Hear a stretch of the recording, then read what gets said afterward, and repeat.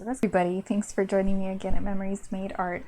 I thought I would share another scrapbook layout process that I did in case you want to do something similar.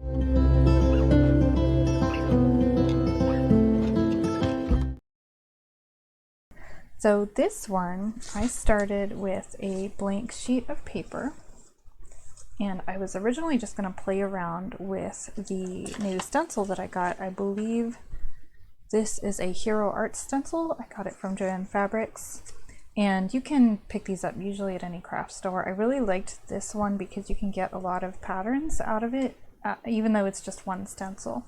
And I use the purple tape just to keep it in place, even though you can see I didn't do a great job.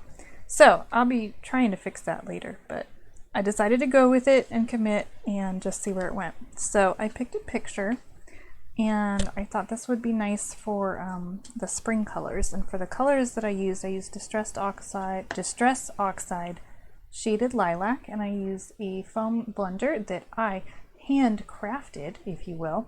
This is a makeup foam that I hot glued into the lid of a water bottle cap. Very, very fancy, very high end. I do not sell these.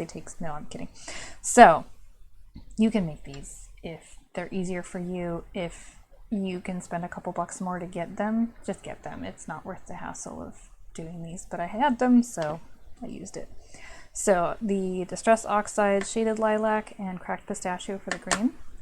And then I triple matted the photo. I pulled out the pink from the two sets of flowers, and I wanted something that was more of a purpley pink. So this came out just, I don't know if you can see the correct color there. This is why I like using the color wheel here. So this is, do we have any kind of pink? Yes, it's a very light pink, and I want to say it leans more purpley.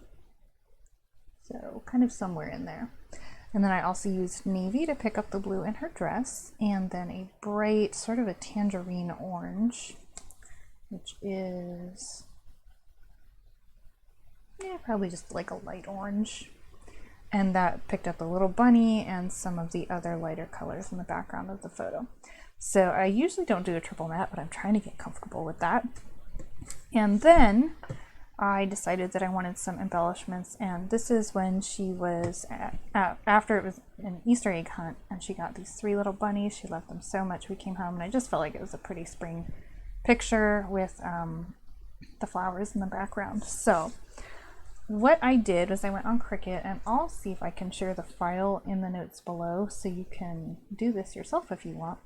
But I printed out the Easter, I didn't print it, I cut all the pieces out and glued it together. And I cut out this cute little chickie, but I didn't quite figure out where to put him. Let's see, this is actually a light orangey yellow. And I couldn't figure out where to put him, so I think this may end up being a 2-page layout. But he's over there for now. And then Egg Hunt up top.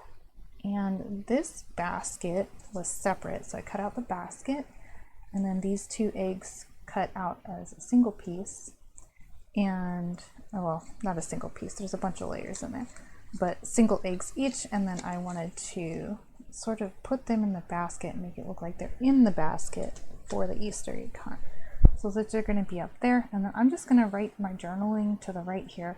So another really, really simple page. I did this one start to finish in under 2 hours, and that was designing and everything. I didn't have anything in mind. So if you want to do something like this, oh, that was a horrible noise. If you want to do something like this, then I will put the cut file below so you can use that with your Cricut. And feel free to get creative. I love the idea that even though I messed up on the ink blending with the stencil, like I like it. So hopefully y'all like it, and if you have any questions or comments, leave them below, and I will put this up on the website too, and I will see you next time. Thanks for watching. Have a good one.